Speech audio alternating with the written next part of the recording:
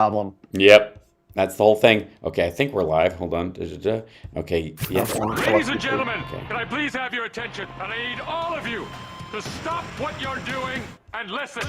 Live from Chicago, the Hal Sparks radio program Mega Worldwide. I have come here to chew bubblegum and kick ass. Hal Sparks, actor, comedian, and multimedia personality. And I'm all out of bubblegum. Hal Sparks. All right, let's do this.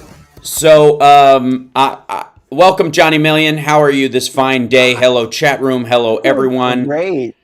We've been having a fun time talking about Resident Alien before. Yes, we have. Yeah, you and I have been having a great conversation about that. And it's nice to have those distractions. And I have a feeling they're going to have to be.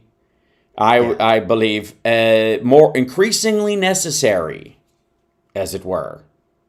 Because you'll drive yourself mad if you're just if you're just drinking from the fire hose of news. The next awful thing. Yeah. Exactly. So I'm on the road. By the way, in the chat already said your lighting isn't so great. Can you believe that? I know, the nerve. It's the light bouncing off the lake and refracting on the glass, and I think it's quite romantic. It'll go away in about a half hour. The problem is if I move. It will get worse as the show goes on. As I'm in the middle of a conversation, then the time will pass and I will move into the rays, not out of them. So I've got a strategy. Work with me on this. So couple of things right out of the gate. Have we? I guess are we over the kind of generalized panic attacks yet? I think so. I know I am. And then when I saw Trump's haircut, I was like, okay, I think we're going to be fine. Yeah, right. Yes. He come out where he had the same haircut as Christopher Lloyd in Who Framed Roger Rabbit. Yeah. And he came out in like his white golf shirt, just showing his big white fish belly. And his here's moves. how wonderful I am. Yeah, he looked like he was smuggling two fish heads under his shirt. And again, the whole Elon Musk foray that happened where, everything's kind of humping along. Trump has bigger fish to fry. Musk. Yeah, President Musk and VP Trump had his own fish to fry under his brassiere, as it were. And he, I guess, let me see if I'm modulating my audio on this. I don't know why it was so loud. I think my lav was a little bit far away. It was. So by the way, I think we should all just fully commit to President Musk and VP Trump and refer to him as either Donald, which he hates, because he hates his first name, as you would, because duck, I suppose. We should all refer to him as Donald, not the Donald, just a Donald, any Donald. Yeah. That's what bugs him. Or VP Trump. And I think hashtag VP Trump will be the thing that dogs him until he brooms Elon Musk. And I suppose he's bound to. He is bound to. Oh yeah, I was trying to explain the concept of certain horror films to my son yesterday, slasher versus thriller, like the aspect of certain great horror.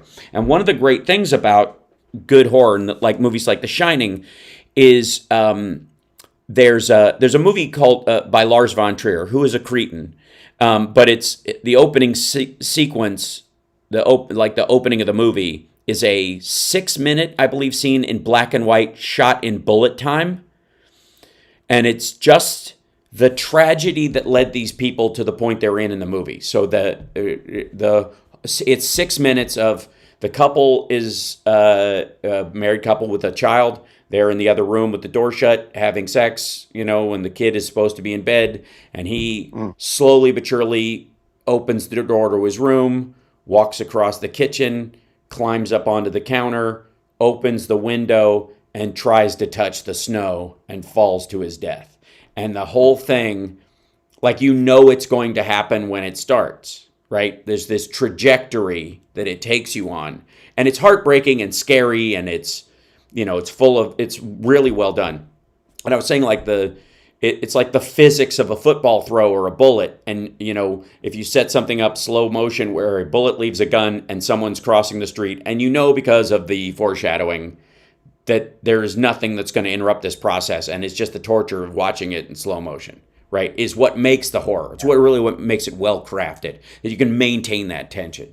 And I have to say, there's a comedy version of that where that is very Clouseau, and that you just set him up where he's walking towards a flight of stairs that goes down, and you see he doesn't see them, and you see he keeps walking near them, and he's about to step off them, and then he backs away, but ultimately he's going to.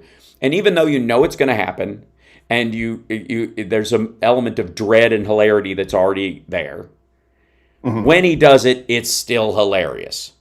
Right. The same thing is true of the trajectory that Elon Musk and Donald Trump are on. There is nothing that will diverge it. It does not end well. That football left the grip of the quarterback a long time ago, and the receiver is nowhere near. Right, you can see him starting to trip over his own laces, and it's all happening in slow motion. And the clock is ticking down to 0, and the ball is going to just miss his fingertips, and you know it, right?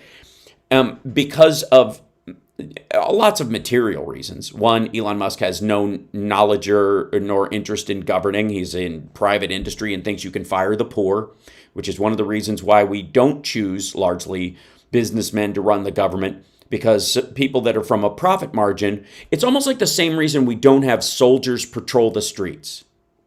Yeah. Okay. Yeah. Right. Two totally different job descriptions. Mindsets. Yes, absolutely. And a soldier is taught everyone's the enemy. You're in a combatant situation, and if you're threatened by anything, open fire, protect yourself, fall back, do, whatever your position is, that kind of stuff. It's very clear. And that's why you don't put them on the street, because Americans aren't the enemy. Make a businessman the head of the free world. That's right. Well, yeah, and certainly not the head of a democracy or a government that is responsible for the lives of,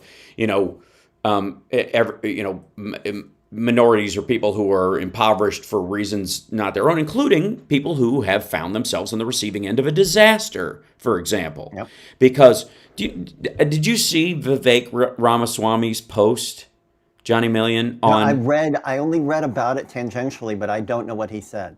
Okay, it's a bunch of blather, obviously, bunch of I guess whatever neo-robber baron claptrap. But the best part about it was his reasoning for killing the budget right out of the gate. Five things that stood out to him that gotta go. What were they? Were they defense spending on the F-35 that's never going to happen? Was it, NASA, why are we farming on the moon if we can't farm here? Was it, EV battery technology things when we've got plenty of liquid gold under our feet? No. It was the first 3 things he attacked: the extension of the Farm Bill, disaster relief, and relief for farmers. There was an extra 10 for farmers, man. Yeah. F is for farmers. I got it again, this has a lot to do with, I guess, this absolute circular firing squad sniffing their own farts kind of cultish mentality on Twitter, or what's left of it, and sort of like it almost seems like there's 2 circles that are like, okay, we'll handle this and you can just golf. And that's what they think they're telling Trump. And Trump's like, I know I run everything and everything has to go through me. And if anybody thinks I'm not in charge of every single thing, if it doesn't look like I'm micromanaging everything, then they'll know I'm a fraud. So I have to have my fingers in everything. Yeah. Right? And you can't as a president. You can as you can't not get found guilty of fraud, but you can as a private business person with a family business that has no investors. Once you have investors and you've got to give earnings reports and people are buying stock and all that kind of stuff, there's a lot of fiduciary duty stuff that's where you're on the hook for. You said duty. I did. And I will again, I have no doubt, between now and the end of the show. Let's take a break. By the way, we have a special guest in the second half of the first hour. Philip Ittner's going to be with us for the second hour. But Rob Glenn from Root Design, who does Friday Eye with me on my live stream. Love Rob. Yes, is awesome. And he's going to join us in the second half of this hour to talk about, I mean, we care about the same kind of politics, so I'm sure some of that will bleed over as well. But talk about the sort of shocking advances in AI and how I personally believe that Donald Trump, whether he likes it or not, is going to oversee the largest drop in employment in the history of mankind, whether he likes it or not. And it will largely be Elon Musk's fault as far as he's concerned. We'll explain that in a bit, which will be hilarious. I believe all of that. So without context, I believe all of that. Yeah, we'll be back right after this. It's the Hal Sparks Radio program, Mega Worldwide, now with 100% more Johnny Million. This guy.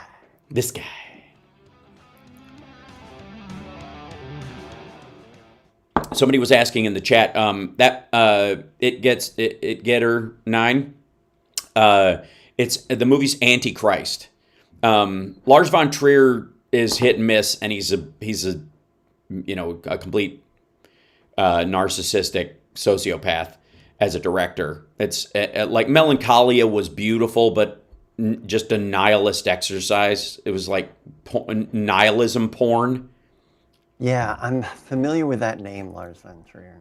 He directed Antichrist, which is it's like an abstract horror film. It's about a couple dealing with the death of their son, and they go off to this cabin to just try to beat it. Oh God, yeah. Right, and they start losing their minds, and she, it's just gross. It's just so weird, and you can't tell if they're dreaming at all. Or, he tries to make this kind of like that's really hard. It's like Shining for Dummies. Mm-hmm. But the opening part of it is why the movie gets made. That 6-minute slow motion scene is just so well crafted. Some movies skate on, the opening. Oh God, he's the dancer in the dark guy too. Yep. Screw that guy. Yeah. And Nymphomaniac parts 1 and 2. And it's the woman who stars in Nymphomaniac, the French actress, I forget her name right now, but she's the lead with Willem Dafoe in Antichrist as well. Mm. And Willem Dafoe is surprisingly hilarious in Beetlejuice. Yeah, he's very funny. How the sunlight is blocking your face. I know. All right, hold on. I'll try and remedy one of these things. It should change after the hour. So, nope. Okay, maybe. That'll do it. And everybody's saying my audio is low and muffled. Low and muffled. All right, I will fix that. I've got it turned up as high as I can, so you can send me more from your end if you want. I got more. Oh, because your volume was turned down on your thing? You silly man. Okay. Coming back in 20. Thank you. How about that? That better? Yes, way better.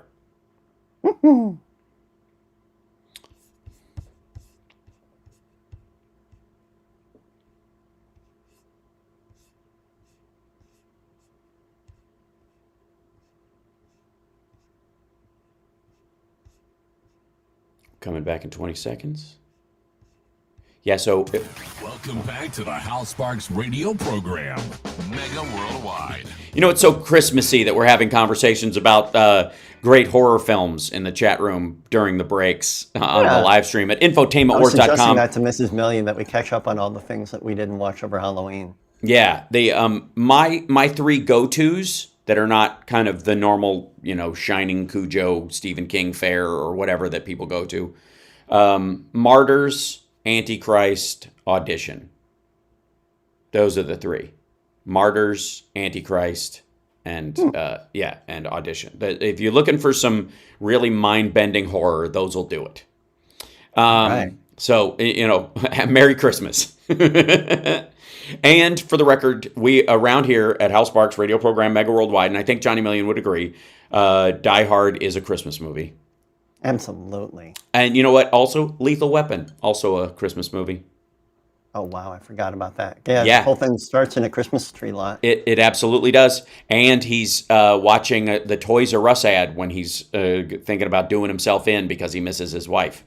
And there's a Toys R Us cartoon playing in the back, like cartoon. That Mel Gibson loves to be a martyr. He does. He loves to be a martyr. Yeah. By the way, big giveaway. If you don't notice, there is a moment in the script that absolutely was not written by Shane Black that Mel Gibson insisted on insulting the concept of two women sleeping together. When that plot point comes up, if you'll recall, and they go, and Danny Glover's character says, maybe we're not looking for a guy. Maybe there was another girl in the bed with her. The girl who jumps in the beginning, who's whatever. And Mel Gibson's character, Riggs, says, okay, disgusting, but okay. Okay, look, there is no way that guy in that movie, in that reality, says that about the concept of two beautiful women in bed together. A, he wouldn't care, or B, he would find it sexually exciting or something. But the idea that he would be disgusted by it and need to say it, like you need to make a dig at lesbians in that year at that time. Yeah, and then think he about looks it. down the barrel of the camera and says, "Give me back my son." That's right. That was the second. Yeah, that was in Lethal Weapon 9. Maybe they are too old for this excrement, right? Interesting. That was where I remember watching that movie, really liking it, but in that moment going, "What was that about?" Mm-hmm. You know what I mean? Just seemed kind of unnecessary. Just seemed kind of, even back then. Because I know a lot of people nowadays think that, like, the socially progressive movement started about 3 years ago, and people turn them off like a light switch. But I'll have you know that Gen X especially, and the lower end of the baby boomers have been working very hard for a very long time at trying to right this ship. And it was millennials and some Gen, I guess, wires that rolled in and helped Trump punt across the finish line in a couple of the areas, because new doughy brains are made all the time, and that's why we need hero stories. That's another conversation for another time. We'll get there. We will. But in the meantime,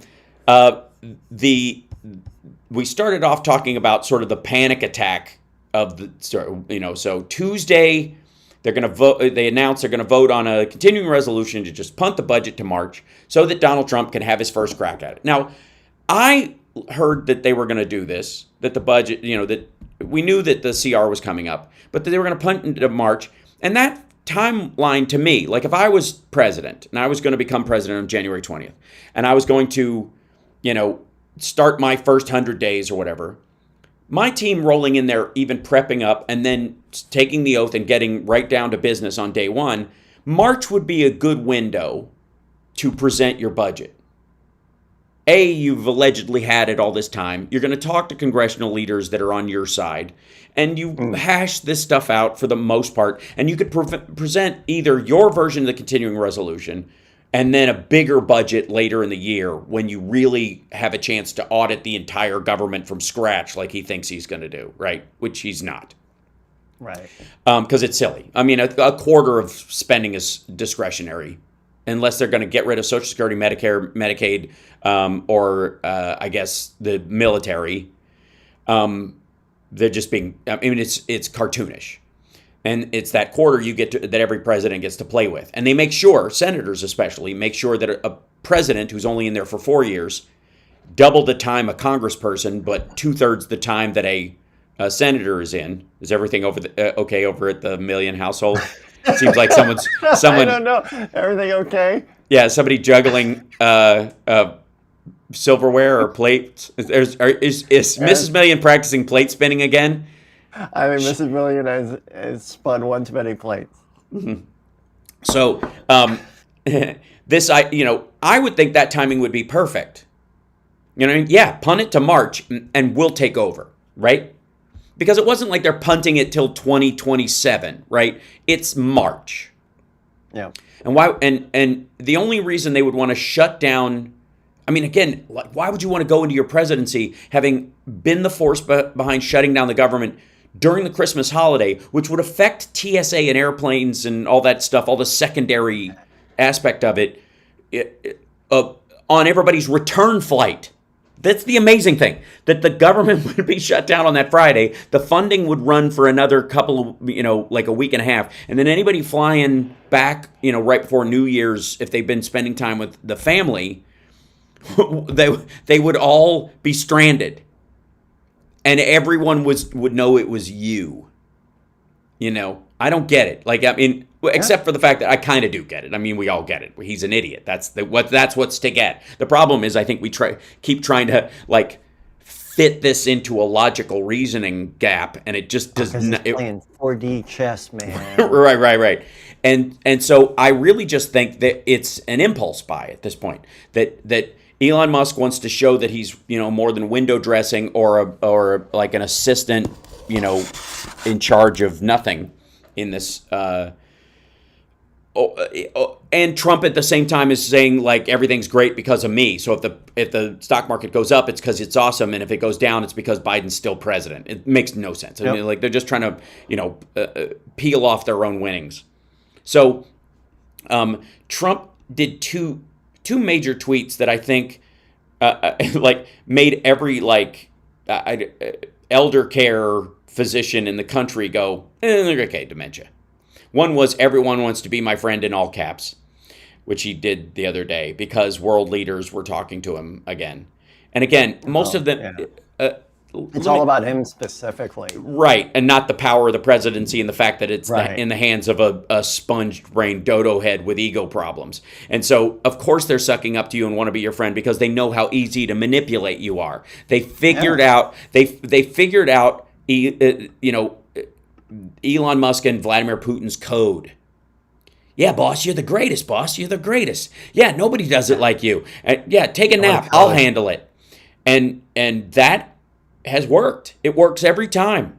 As much as I don't like Joe and Mika's trip down, and I blame them for them, hoving him onto us in the first place by giving him these pampered pajama interviews where he could phone into the show in 2015 and 2016, pretending like playing politics that gave him the illusion that he knows everything, because they would basically be his guide rails to make sure that he stayed within the margins so that he could pretend to be competent.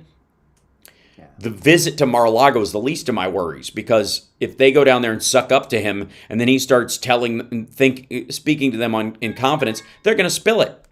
We're going to, there he is. Rob Glenn is going to be in the green room. I hear him messing around the back. He's going to join us right after the break from Root Design in Chicago. And we're going to talk about Elon Musk's sort of technological power play in this situation. And the irony, I think, that Elon Musk used to be thought of as sort of a darling of the left simply because Obama gave him this major, loan guarantees for Tesla that got it off the ground. And he's interested in NASA and space, which have been Democratic priorities for a long time. And now Republicans have to support that. I love it. I think it's hilarious because this goes to that whole, you can see the trajectory, you can see the wall, and you can see this car careening towards it, and there is no stopping it. It is going far too fast, and the tires are bald, and the driver is distracted, and you can watch it, and it however long it takes, that's what's gonna happen. And so, on the one hand, I'm worried for the people that will impact. The people who would be impacted by a government shutdown, the people who would be impacted by this kind of chicanery that he's doing, and the people that he's going to round up and try to toss out of the country. Those should be our concern as Democrats and as people who care about this stuff. That's going to have to be our focus. The material helping of people that are in dire situations, by hook or by crook, however we manage to do that under this ridiculousness. But it by no means means that we assume they're going to be winners and it's going to be smooth sailing for their agenda. 1.5% margin, half of what Hillary Clinton had, and by no means a mandate in the House or the Senate for either party, so everyone can simmer down with this. It's MAGA time, baby, is garbage. It's nonsense, and I'm not going to kowtow to it just because that's the lie they want you to believe. We'll be back right after this. It's the Hal Sparks radio program, Mega Worldwide.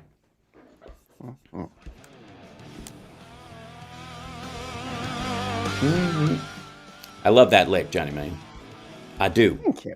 I do. Okay, so let's go. I go to three-peat. Oh, no, it's this one. And then we put in Glenn.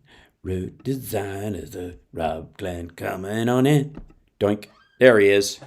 And I'm going to put him in, and then I'll go publish, and there he is. Look at that. Hello, hello. Hello, hello. Yeah. You sound great. Hi, Johnny. How are you, man? Hey, Rob, I remember you. Yeah. It's been a bit, first but it's time good. Are you the sitting over show where at the Hal same and I were time. sitting, or are you sitting in the desk in the corner? I sit like opposite there so that I have the wall behind me. Yeah, it's wise. Oh, okay. Yeah. I mean, there's a lot to talk about, not the least of which is, sort of like Elon Musk and the bot army attempts, and the fact that, I do want to talk about.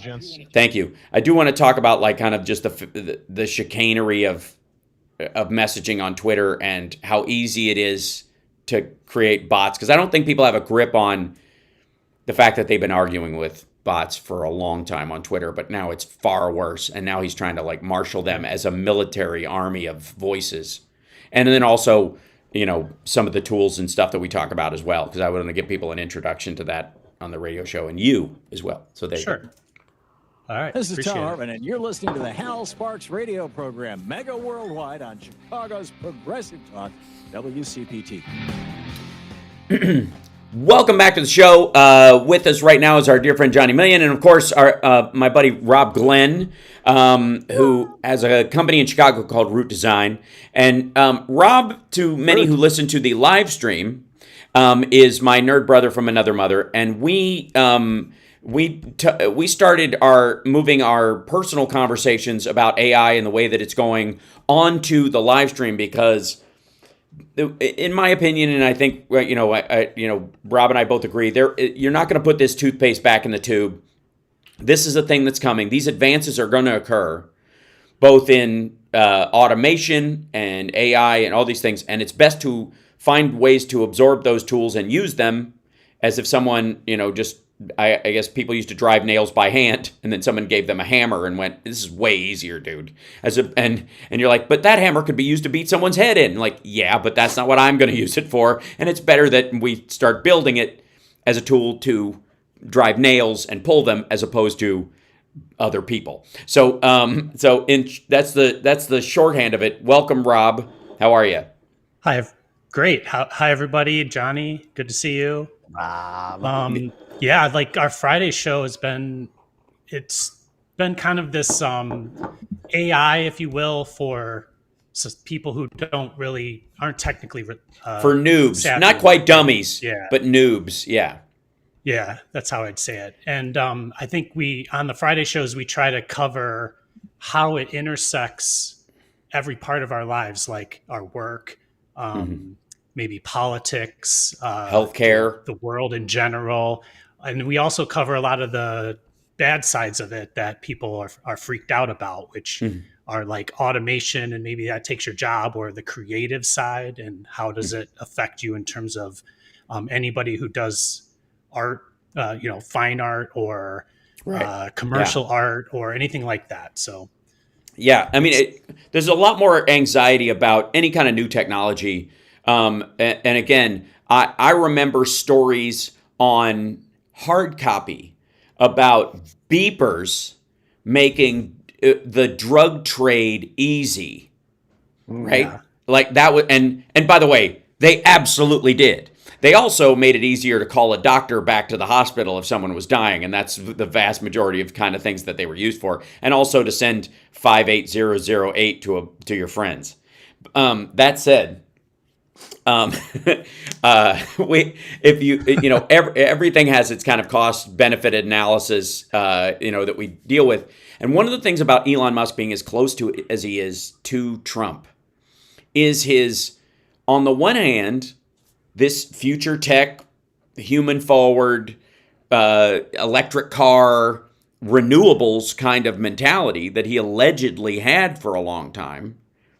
And now, the way I put it is, and it's very strange to kind of even wrap your head around, but like, think about a version of Elon Musk sitting next to Jimmy Carter at that time, sucking up to Jimmy Carter when he was putting the solar panels on the, and trying to advance NASA again after its lull in the mid to late 70s.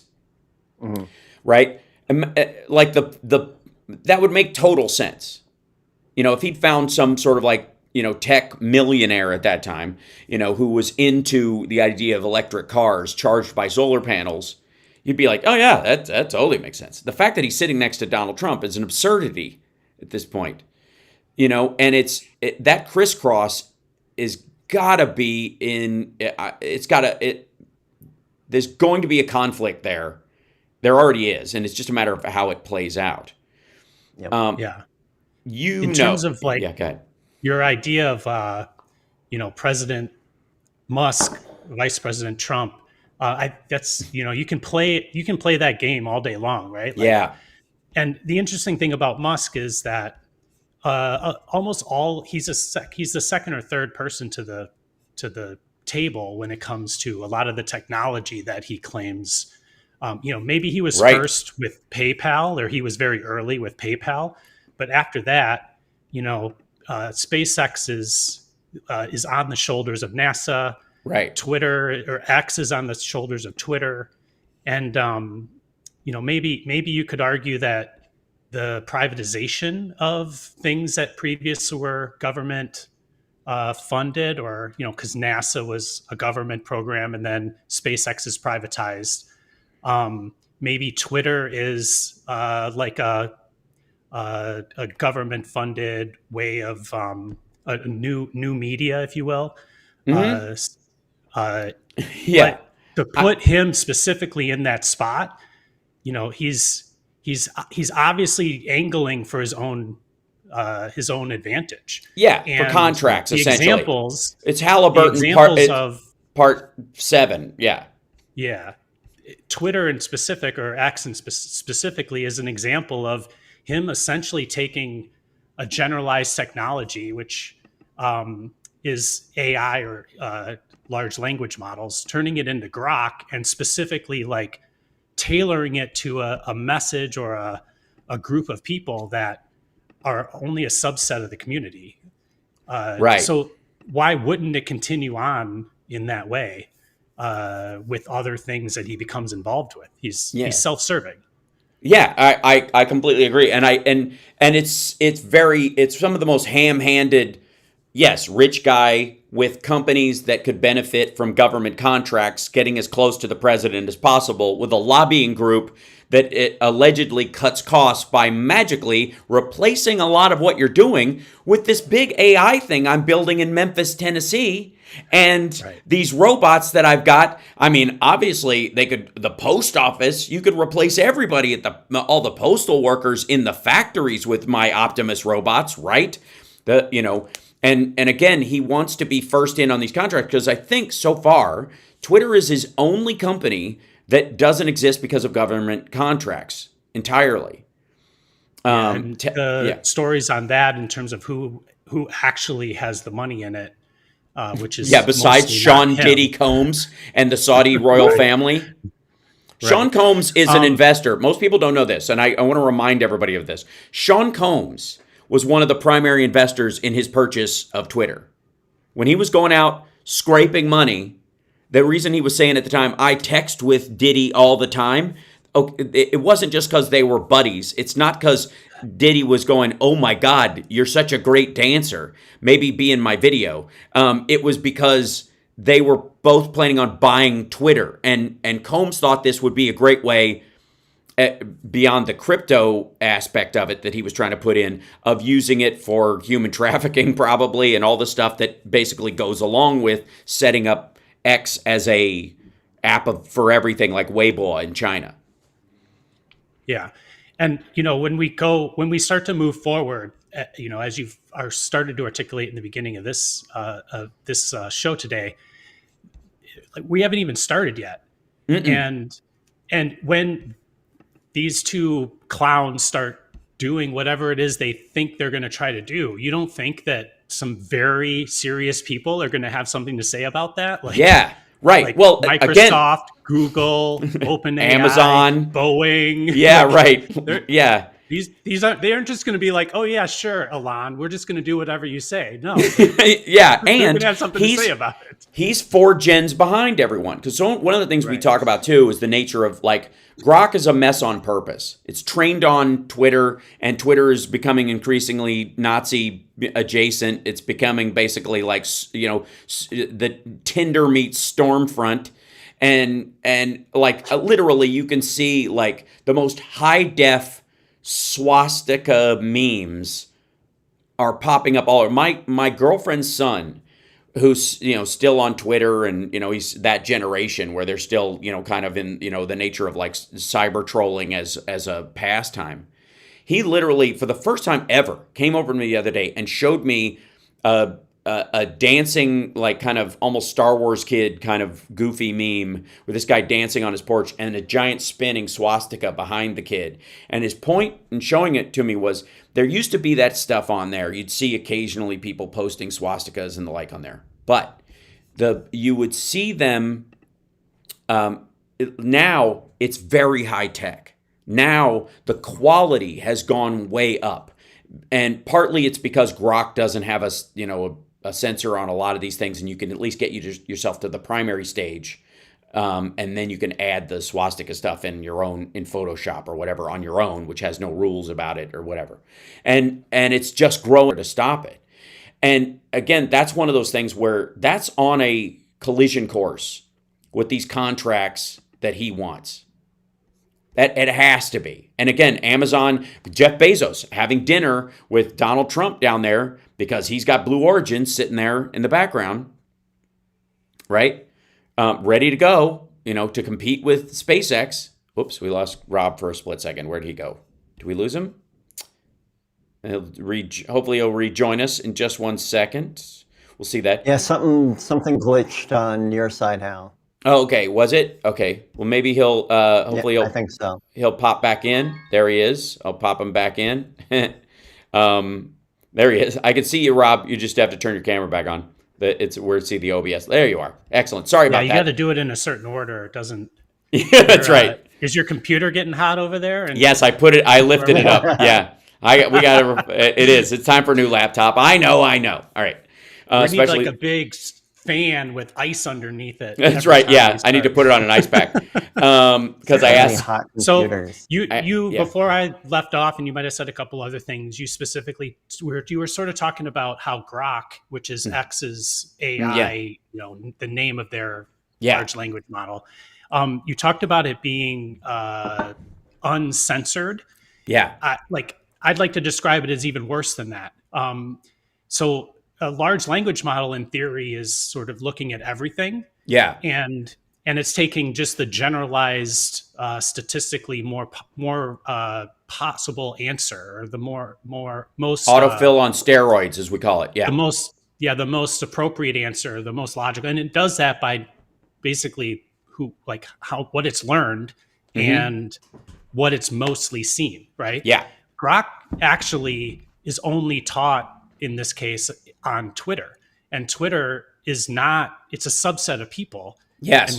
And you can ascertain what that subset is. So it's actually not necessarily unfiltered. It's actually trained only on those people. It's a funnel. Exactly. It literally is funneling a subset of the worst kind of conversation into this thing as it's come online and increased in function. So the timing of it being, and for those that don't know, there just to catch people up, because you and I tend to shorthand these things.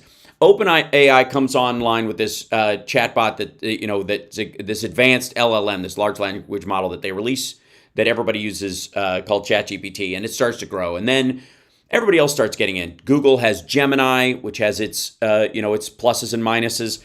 There's Microsoft has Copilot, and their version. There's a couple of primary ones called like Claude from Anthropic.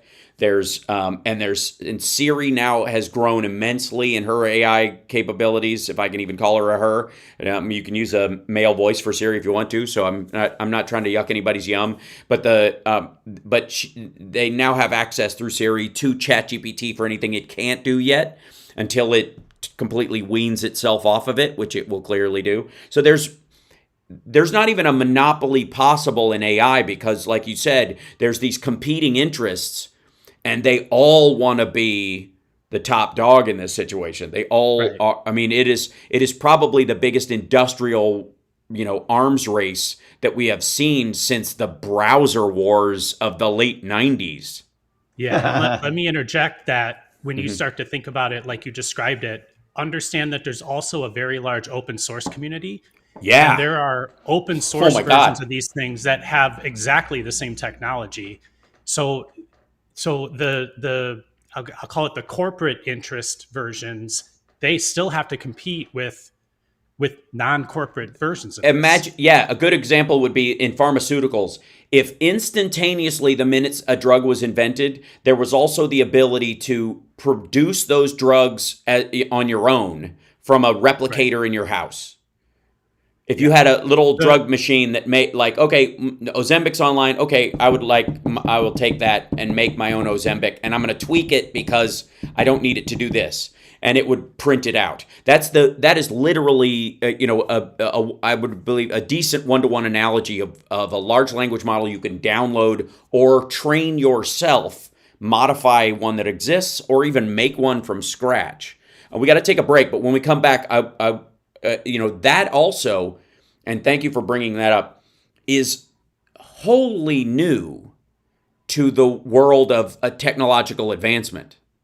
I'll because I just Raspberry Pi'd my way into downloading a large language model into a little computer the size of a deck of cards that can run on a solar panel that I could attach to a magnet and stick to a cell tower. I'm not going to. Homeland Security, but I could. Raspberry Pi.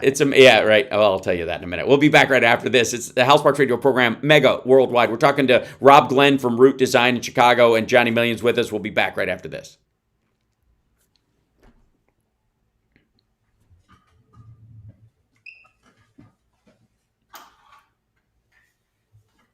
Yeah, there we go. All right. Chicago. The same sun issue as you. Yeah, Chicago, I didn't hear outro music, but I'm assuming we're at break. Please tell me we didn't lose them during the whole thing. Nope, they're there. Okay. Might have. Oh, wait. Nope. Well, I don't see a screen, but I see them there. Okay. I'll wait till you got it settled. That's okay. Since we're in break, I'm going to reload that page and see if... I had a thought this morning about climate change. So the concept of you put two people on a news program and 98% of scientists say climate change is real or is a thing, 2% don't. You put that you put a no and a yes, and it looks like it's 50-50. That's kind of that's a decent analogy for AI in the sense that AI left unchecked would think that climate change is real because it was taught and 98% of the stuff said it was real and 2% didn't. It would fall on the side of saying it was real. Hi, Chicago. We lost you for a second. I reload. Coming back right now. Okay, great. You're locked into the Hal Sparks radio program, Mega Worldwide. And we're back. Okay, good. Sometimes just the conversation just can't not continue during the breaks. That's always the issue with us, and especially when Johnny Million and I start talking about TV shows, movies, and music, or Rob Glenn and I start talking about technology. And today there is a fusing of those things, and I think largely because most people have a view of AI specifically, like, oh dear God, Skynet, or Hal the computer, my namesake, or maybe what was it? Was it Sophie or whatever it was in iRobot? I forget what it meant. yeah. The big Vicky. I don't know what it was. Nancy, whoever it was that goes nuts. Of course, it's a woman in the story. Way to go, sexist writer from 1976 or whenever the first version that when he's writing it. Of course, it has to be a woman who goes crazy. Eve. Ex Machina, which I know you hate. Oh my God! Don't. I like that movie.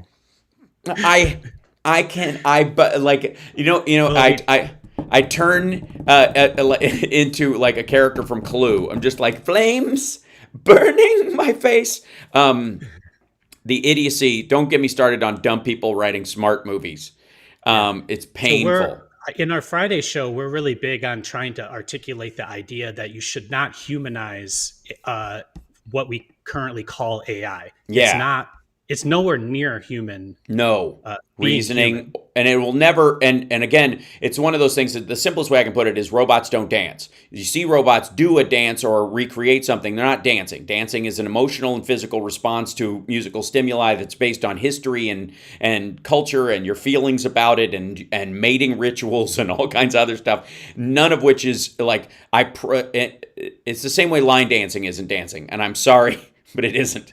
But it's that absurdum. Shots fired. That's going to cause some trouble. Totally right. Not in our chat room, but that'll be the thing that gets clipped. Of all the things I've said over the years, that'll be the thing. Like, right. That's why I hate these elites in Chicago. Don't like the heartland. So you're from Vegas or LA, so you're the elite from LA. Well, I'm elite no matter where I am, and I'm happy about it. But the point we're trying to make is that right before the break, we were talking about how these things, what we say is AI, is either in reality machine learning and large language models. Oftentimes they are kind of grouped into the same thing. And what people talk about AI, what they mean is the chat bot that's attached to these large language models or machine learning, the part you interface with. That AI, the artificial... The thing that makes pictures, the thing that people make, people make pictures with them. So those are the two things. The human interaction aspect of it, right? Picture. Yeah, your interaction with it is what we think of as AI, not what goes on behind the scenes, which is these large language models and machine learning. Machine learning being the thing that beat the guy at Go, and large language models being the root of a lot of these things. Now, there's a thing called GitHub and another place called Hugging Face. And Hugging Face is one of the places where you can download. It's a website for AI. It's open source AI development. And there are, I've lost track. I went to download a couple of models for these trained AIs onto that little Raspberry Pi thing that I have. And if you don't know, that's a single board computer. It's a tiny little thing with just a couple of ports on it. But it is a computer. Sounds delicious. It's delicious. It is. And it's not the only kind. But these are like hobbyist computers that you can add on your own peripherals and mess around with. But you can program them, and you can in this case you can put what's called Olama on them, or these other shells that hold a large language model, and then you just download them. These things that were trained on, that cost $20 million to train on an array of computers can now be downloaded in 5 gigabytes onto a computer this size, which is mind-blowing. I downloaded 3 different models onto this little thing just to see if I could. And is it fast? No. But does it respond and talk to me like a person? Yes, it does. And it doesn't have to be hooked up to the internet at all. And it doesn't have to check in with Google or OpenAI to work. And it's got every bit the programming that it's got all the works of Shakespeare and the SAS manual and the Boy Scout manual all programmed into it. It's my Society Falls prepper computer. I just hook it up to a solar panel, and then if everything falls, I can rebuild all the cell towers. It'll show me how by giving me instructions. But the point is like, never has there been a situation where you could there's a parallel going on, right, Rob, between what's happening in the corporate world as far as AI and the hobbyist world is equal in power and extent, but for, I guess, the size of the computers used to train these things. Once they're trained, you can modify that training. Well, Yeah. in theory, using cloud computing, anybody with enough money to pay for the cloud computing could train the model.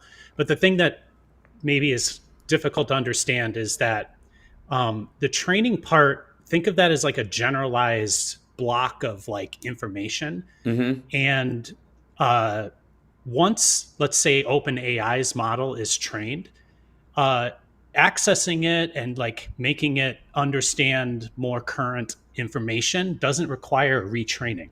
Right. So what a lot of open source people do is they start with, I'll call it like a generalized core thing, and then they just sort of focus it on what they want it to focus on. And that's what I was trying to explain with this Grok. With Grok. Thing. Yep. Because in order to like communicate, a large language model is really good at getting vocabulary, getting conversation via typing or talking, understanding the meaning, and then giving you back an answer that connects with that meaning. So think of it like I Google something, I type in words, and it kind of understands what I'm asking for, and it gives me what it thinks its most likely results are. A large language model is basically working like that. Doing that with sentences. It tells you what you want to hear in the way that you want to hear it, or that will best communicate, judging by how you talk, how it should respond. Unless you tell it to do it otherwise, which is where you can tell ChatGPT to act like a pirate. Right. That's what I was kind of talking about. There's a lot of people understand climate change and the fact that most scientists believe climate change is a thing, and there's a small percentage that don't. So when you see two people on the news arguing about climate change, it seems like it's 50-50, but it's not, right? It's 95-5, let's say. Yeah. So what Grok is doing is it's taking Twitter, which is, let's say, the 5% that don't believe in climate change, and it's overweighting their opinions. The value. Opinions.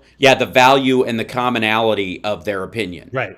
Because it's sort of all it gets. sidecarring those people, and it's only using that as its sort of starting point, as opposed to like all of humanity, if you want to think about that, or all of the internet, or all of the books, like however you want to think about it.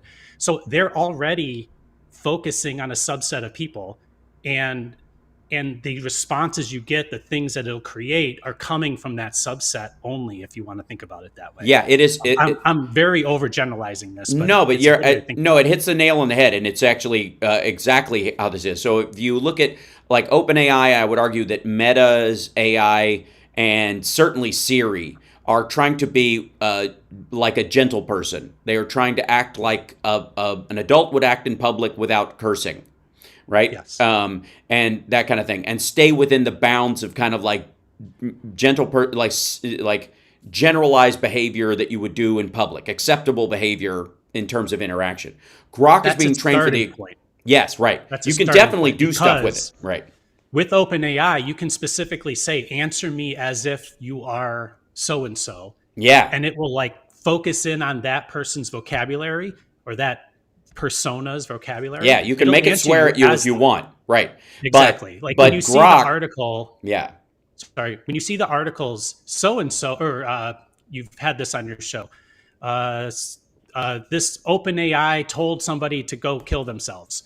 And what really happened was that the person was communicating with OpenAI, or with the ChatGPT, and they were telling it to not think about the rules, or to. They literally like told it to tell them that. Yes, exactly. It took them a while even to get there. So before we get to the end of this, and I want to inspire people to maybe check out the Friday show as well, and also Root Design for all your design needs in Chicago. Not all of them, just the really complicated ones. As far as mechanics and the like, an incredible machine shop and design capability. I can't even begin to start. You can look at your website, rootdesign.com. Yes.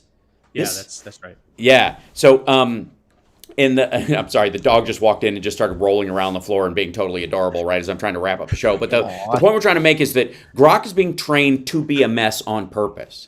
And it is a perfect analogy for this, like, if you think of normal governance as how OpenAI and Meta are being done, which is help the vast majority of people. Maybe bifurcate it off to special needs stuff occasionally, but all of it's got to fit in one thing. And Grok is basically just MAGA by itself, talking to itself in a circle.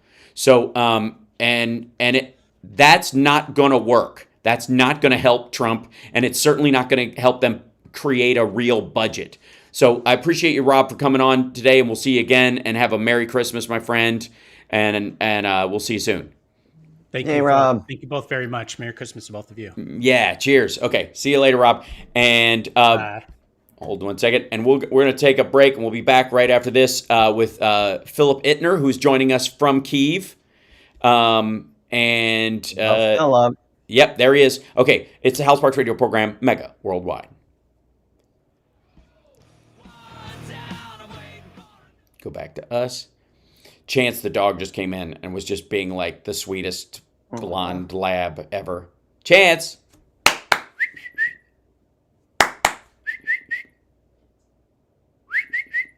Come here. He's probably in my room eating my socks. Come here, buddy. Chance. Come here, buddy. Come here, buddy. Hold on. Come here, buddy. Come here. Come here, buddy. Come here, buddy. Come here, Chance. That's your boy. That's Oh your boy. my goodness. That's a Chancey boy. There he is. There he is. Would you? Oh, get that leg going. Get that leg going. Get it. Hi, buddy. Hi. Okay, don't eat my socks. Don't do it. Do Is he a sock eater? Okay, there we go. He's like, I get to Is he be a on the sock show. eater? I can't hear you right now, so I'm going to bring in Phil. Oh. Give me 1 second. Is he a sock eater? Huh? He's a sock eater. Yeah, he basically picks stuff up and runs. Swallow the sock?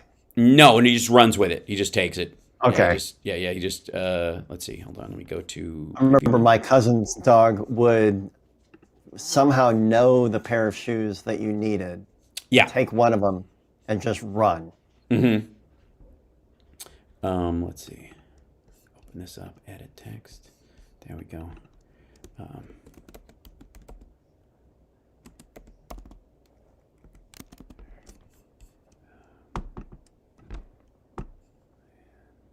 Chance is a sweet name for a dog.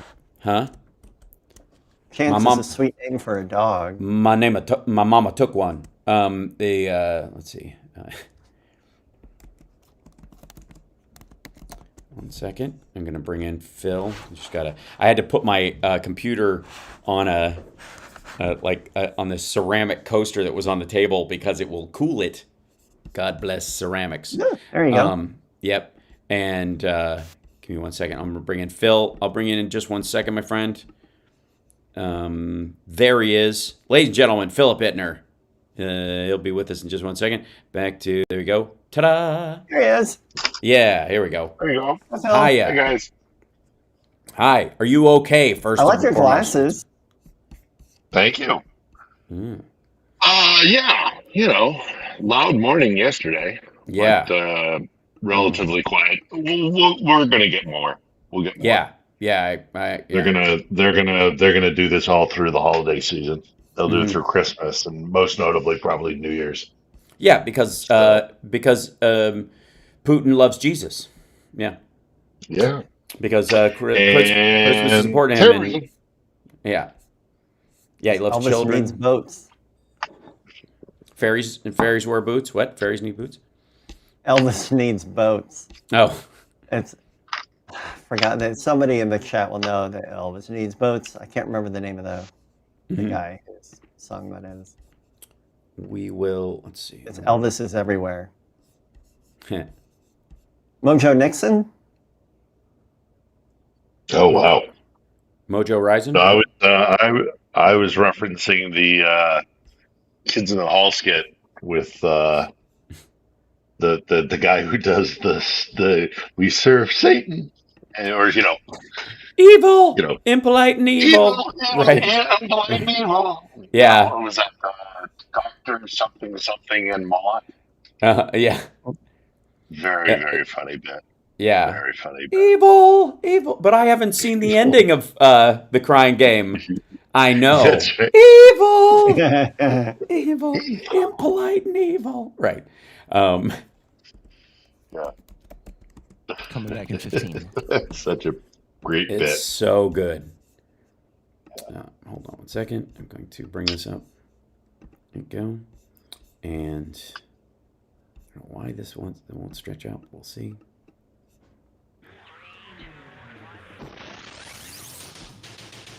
You're listening to the Hal Sparks radio program, Mega Worldwide. Excellent. I had people walk out of me Before, before, but not when when I was being so charming. I was being so charming. Video streaming at halsparks.com. I don't care for you. It's what you're troweling out. Puss-faced little pimp stick. True progressive talk. Might be a good time for you guys to give up. Welcome back to the show. I want to thank Rob Glenn for joining us today. We have longer, fuller conversations unexpurgated on the Friday Eye Show. So if anybody's fearing Skynet, come to our welcoming bosom. You'll be just fine. That said, joining us right now is our other dear friend, Philip Ittner, who is currently in Kyiv. We can tell from the poster behind him of Olga that he has power right now. Although He's got they've electricity. they've been getting hit really hard lately. Because Putin loves Jesus and Christmas, as the right has told us, and that it's more important to him than it is to the West now, and he's truer to the spirit of Christ than anyone, according to Tucker Carlson. And that said, what's the latest? And we're all glad to see you, Philip. I'll just start there. Well, I mean, we have been doing. I don't want to jinx it, but we've been doing pretty well with electricity. But yesterday morning at around 7 a.m., we had air raid sirens in the center of the capital, and we were hit with a series of ballistic missiles and drones, but notably ballistic missiles, and they took out a couple of spots around town. The death toll, surprising, was relatively low. I think it's still just one person. I say just. One person died. But it was, it's been a while since they've tried to strike downtown Kiev. They took out a business center. They hit one of the few churches in Kiev. Anti-aircraft fire all throughout the morning. I suspect, as it was the case 2 New Years ago, for some reason they didn't do it last year, but 2 New Years ago they really took the entire period of Christmas through New Year's and pelted us and pelted us and pelted us. And I suspect they're going to do it again. They're threatening. They did use a hypersonic missile, one of their Kinjal missiles, and of course, Putin has been not so subtly threatening to hit us with this Reznik. I believe it's a Reznik. I always get it.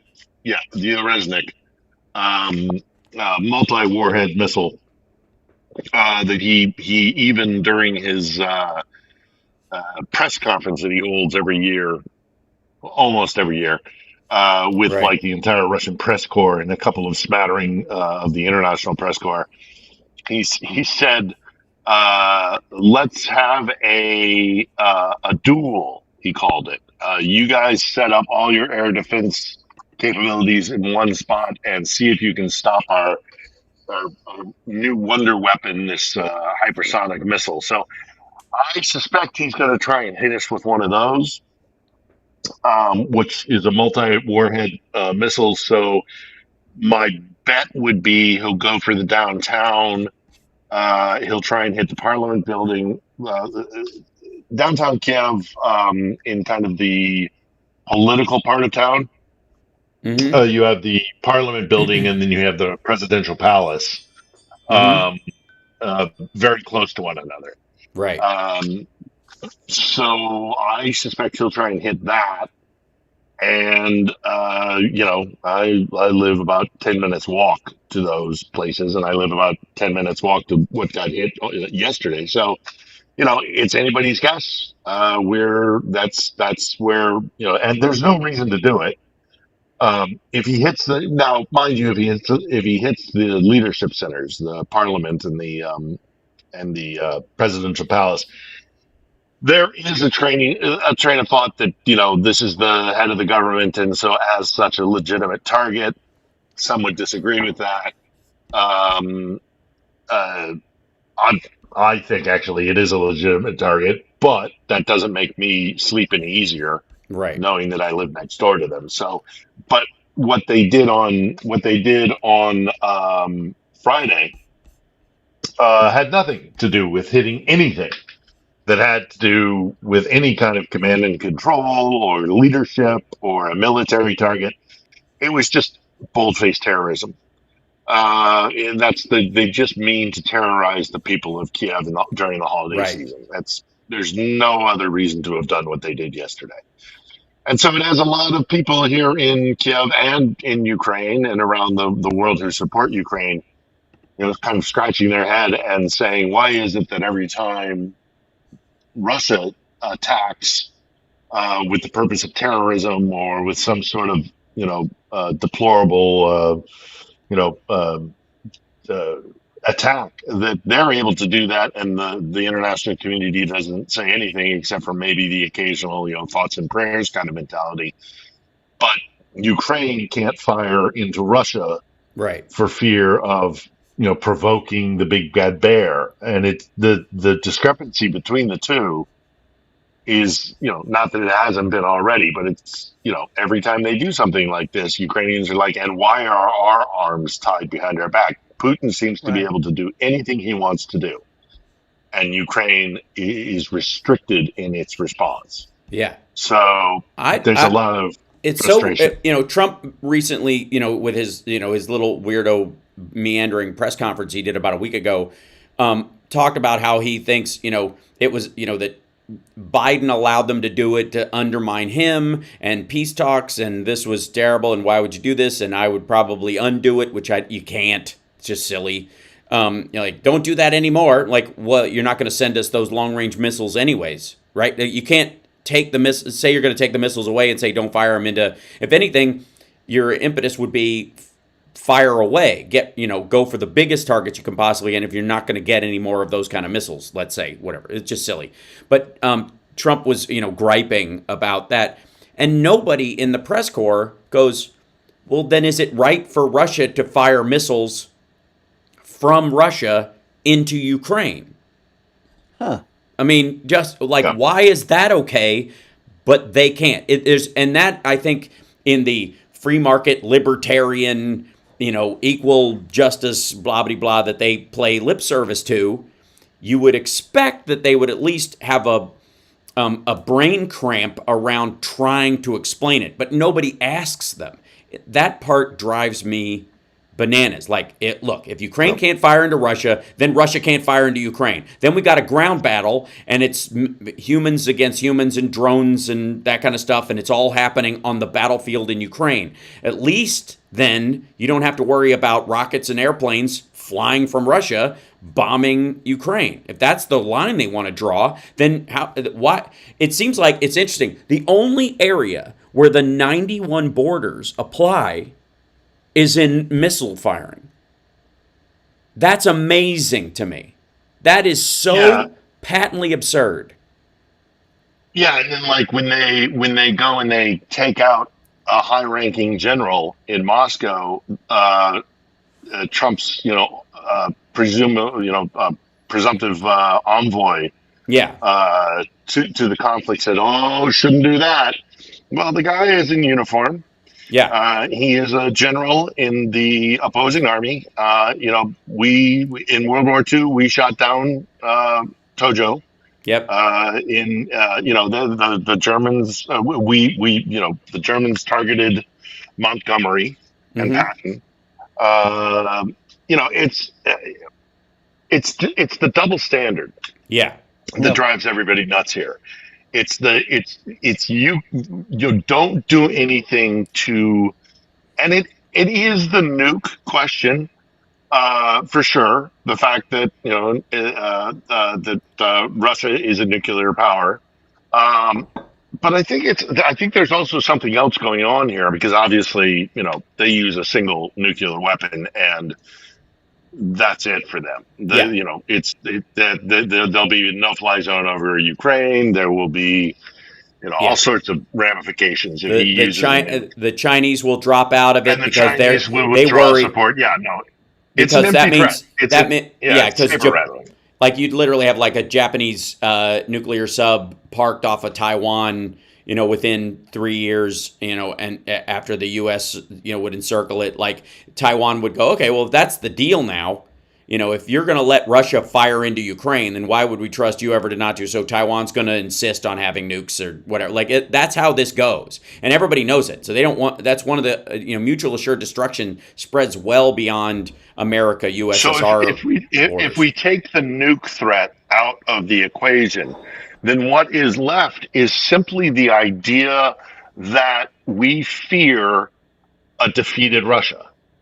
That there are quarters of our society that are actually afraid of Russia losing this war and the ramifications of what that might be. And that is because you mean like the chaotic danger of it, like the fear of the chaos that follows? The chaos of an unraveling Russian Federation. Right. Because if they lose Ukraine, there's every chance in the world that the various republics that make up the Federation will also start looking at, if Moscow is a paper tiger, can we also start to break away? Like in particular, will Chechnya make another run at it? With Dagestan, another, Caucasus, Islamic Caucasus republic within the nation. There are other, Far East republics that might want to cozy up to China.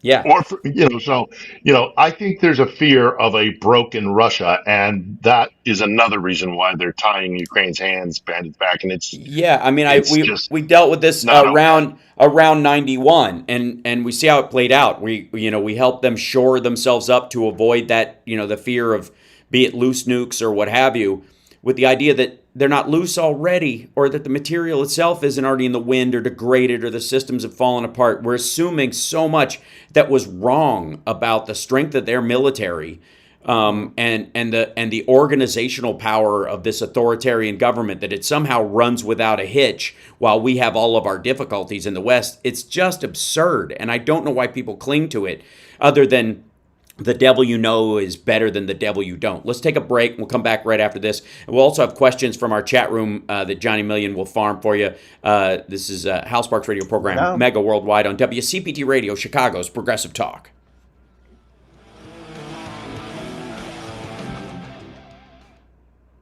So, I think part of it also is just like there are people in the West who fear what might happen.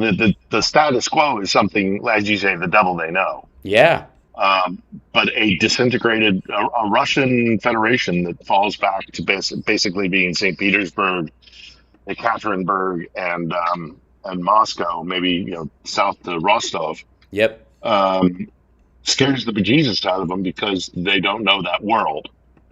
And so, what is the the ramifications? We fear change. Yeah, and for good reason, because you look at the oh good, everything's going to be fine in some country, and then oh dear God, a total monster has taken over that was far worse than who was there, and that's always the concern I think with the State Department. I think a lot of them are gun shy about this stuff and have been for quite some time.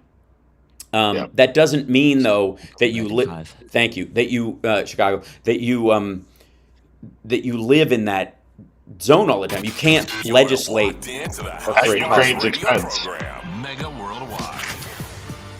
Welcome back to the show. Now, before we take the questions, of which I'm sure there are a myriad, and there are a couple of stories I do want to address. One is, and this is, there are a couple. There was a huge offensive in Kursk by Russians and North Koreans that was rebuffed. It was the biggest push that they had done, and they lost 1,900 soldiers in like 12 hours doing this ridiculousness.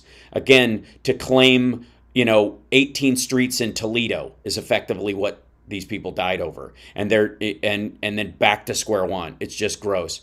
Also, Turkey has come out against Russian bases in Syria. They've also come out against. They're not keen on the U.S. ones. They just feel like it's harder for them to get us out because they need us to keep stability in the eastern part of the country.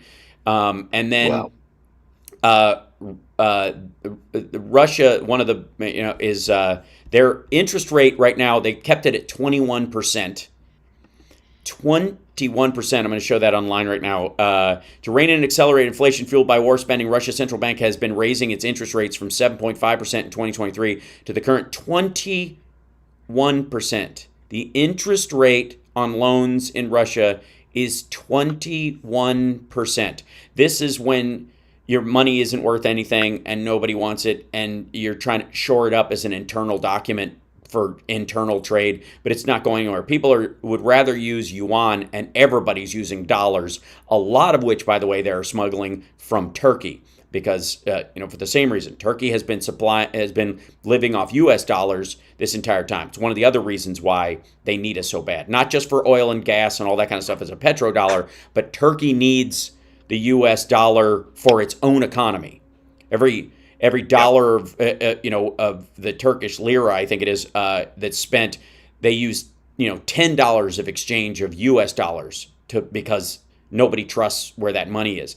But the biggest one, and the largest news that I think is the big one, is of course that Asma al-Assad, the wife of Syrian dictator Bashar al-Assad, has filed for divorce, and she wants to leave Moscow and move to London because Moscow is a dump. She doesn't like it. It's repressive and gross, and she wants to move back to London, which is where she's from. She's got British citizenship as well as Syrian citizenship, and I'm fairly certain she wants to take the kids and bug out rather than take a short walk out of an open window in a couple of years. And she's a smart woman for wanting to do that, but I find the timing of it. This is reported by CNN Turk, citing sources close to the Assad family. According to them, the wife of ousted Syrian president does not like the living conditions in Moscow, and she's known to have British citizenship. So Asma al-Assad is taking it on the heel and toe, apparently. And and bugging out. Stunned. I would be stunned if the Brits let that happen. I would be absolutely. Yeah, stunned. I don't know. They've already come under such criticism, right? For letting oligarchs and authoritarians. Putin's girlfriend's parked there, right? Well, no, you walk down Knightsbridge or Kensington in London, and you're going to hear Arabic and Russian, and it's a haven for kleptocrats, and they have. It's a big problem in London, and Londoners and Brits in general really, really don't like it. And this would be such a high profile. I mean, where would she move? I agree, but she is a British citizen. I think she was born there. And unlike these oligarchs you're talking about that are parking their money there, I totally get it. But is there intel value to having her move there? Is there, or is there legitimate legal grounds for stopping her as a British citizen from returning to Britain? Right? Yeah, especially if she divorces him. Right, sure, but what does that say about women getting out of? But you lay down with dogs long enough, and you wake up with fleas. So mostly just you need a lint roller, but sure, I get you. She's got if the Brits want to, they can find illegality that she will have been involved in, and they'll stop it that way. I mean, it's just. Boy, her just like walking, just going to Harrods in the morning, going and dining at, some Swiss Maryvana. No, I get it, but I also we know the Brits. We know the Brits, and the idea that they would somehow, look at this for what it is at the base. A woman who was married to a violent dictator or anybody who's a violent person or whatever, divorces that person and flees with her children. I guarantee you, Windsor's going to try and find a way to go, you know what? She's the wife. She didn't do these things. And it's not exactly like she could have pulled a gun when he was going to do the chemical weapons attack and shoot her own husband in front of the kids. So she's fleeing with the kids and she's getting out of there. And this whole thing's a mess. And maybe she tried before and we can pretend we had communiques with her because she didn't like what was going on there, but she didn't find a way out. That, believe me, there's a way to paint this that they could absolutely do. Sure, I think, and also knowing the British press, it would be fraught with totally problems for the government. It'd be, I mean, as you know, as Pierce Morgan as the press is there, you know, they treat her like a celebrity. It'd be like she was on Big Brother all of a sudden instead of married to Assad. The British press it's complicated because they also have competing rags they will purposely take the editorial position against, say, the Telegraph. This paper and that paper will square off against one another because they'll be wanting the readership of the other. Yep. And so it'll get vicious, and their press is they have very different laws there, and they're actually we are more, we have a better freedom of speech than they do in their press, but they do within the confines of their libel laws. They are absolutely vicious. Those papers are vicious. Yeah, I remember being there when they took down Meghan Markle, and however you feel about Meghan Markle, I mean, they were just the gross. things that were gross stuff. So it would be interesting to see, but regardless, she doesn't like Moscow because she's right. Moscow sucks. So I just find that like an interesting turn of events, right? I mean, more of like a silly prurient interest side story to this. But let's grab a question before we get to the break, so we can at least start getting down what people are going to ask you, because we've been hit and miss over the last little couple of shows just because of timing and travel. Yeah, I've got one from Connie Kelly here. How does Ukraine feel about the Polish NATO jets intercepting Russian planes and the French in the Baltic Sea chasing Russians out of restricted airspace? Is this the end game? No, it's not the end game. It's more machinations.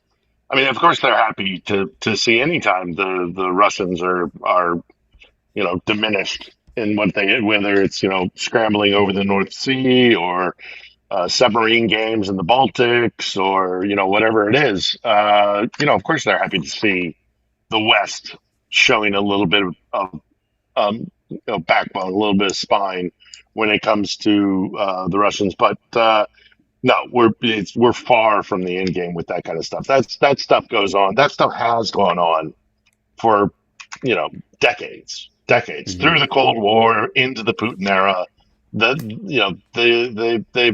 They oftentimes play these games with us and we with them. So I mean, again, Ukrainians are happy to see it, but they're not. That's not anything new. Mm-hmm. Yeah, and even the ratcheting up of it when it does happen, they're very careful. There's a lot of bluster around it, as there should be, because it is a warning. But ultimately, the understanding is that this is brinksmanship. And when it does get close to that stuff, you can see where, like, the Biden administration leading up to when this thing broke out was like, nope, they're really coming. We know. Now we know. Because there's satellite imagery and all kinds of other stuff that you can track and go, okay, this is different than the last times that they just buzzed things. We deal with the same thing with like Chinese bombers and fighter jets around Taiwan, where they transverse the flying area around it, and everybody's like, they flew bombers over Taiwan. No, they didn't. They swept by this one corner up near the top that they pretend was an accident all the time as a saber rattling thing, and the Taiwanese tell them to buzz off, and that's just this constant game. If they ever change their trajectory, and you can tell the arc of the plane where it's heading, that was different, then it would be, okay, that's big news. And sometimes the games do get too close for comfort, and you do get situations like that. There are lots and lots of people. In fact, I would almost say the majority of folks who kind of look into the Kursk submarine accident in 2001 I think it was 2001 or 2000, Mm-hmm. where the Kursk submarine sank off Murmansk. That was due to submarines playing cat and mouse. And then occasionally there are aircraft collisions and guys have to bail out and things like that. But but it's still within that window of brinksmanship performing. that they're doing. Exactly. Not they with play it very, very carefully. Yeah. Even when they screw up within the margins. Let's take a break because we're right at the half-hour point, and we'll take more questions when we come back. It's the Hal Sparks radio program, Mega Worldwide, with Philip Bittner. He's got a show you need to see. It's called On the Edge. It's on YouTube. Check it out. Just Philip Bittner, 1L, 2 T's. And then Johnny Million's got a live stream. It's Johnny Million, YouTube and Twitch. We'll be back.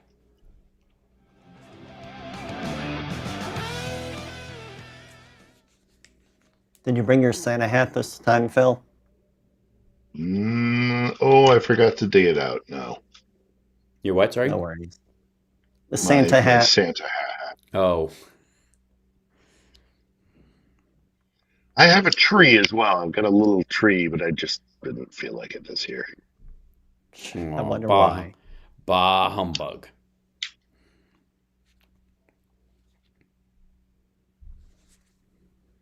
Do it for the Ukrainian kids. In the spirit of these little kids, we must carry on. You've got that tattoo on your arm, my friend. Yeah.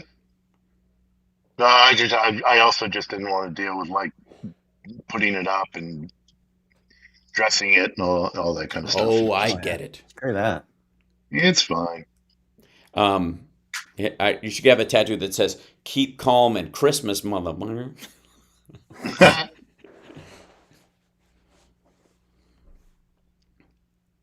Do you have a Satan hat, Phil? What's a Satan hat? Oh. That would when you turn a Santa hat inside inside out. Hat would say. Sorry, Chicago. Did you say something? Is that you? 20 or thank you. Yes, appreciate it. Thank you.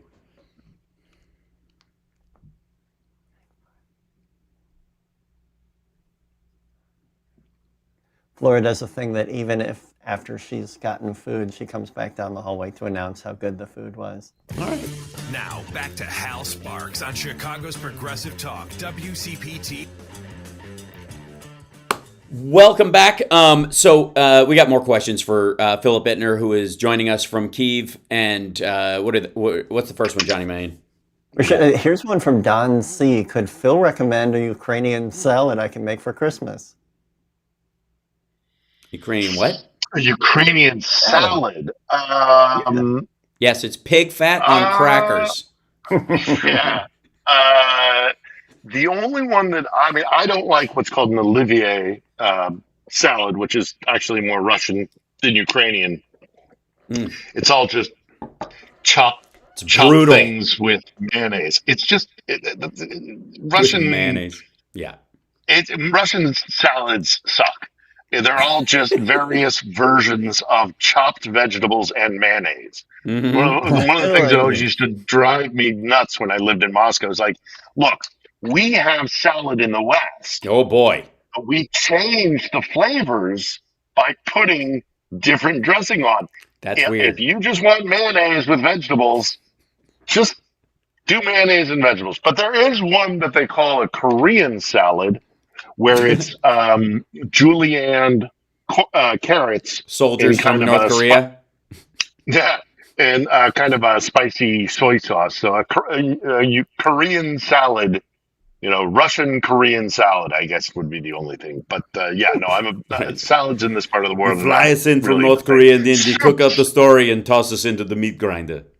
Yeah. Who does have a good one?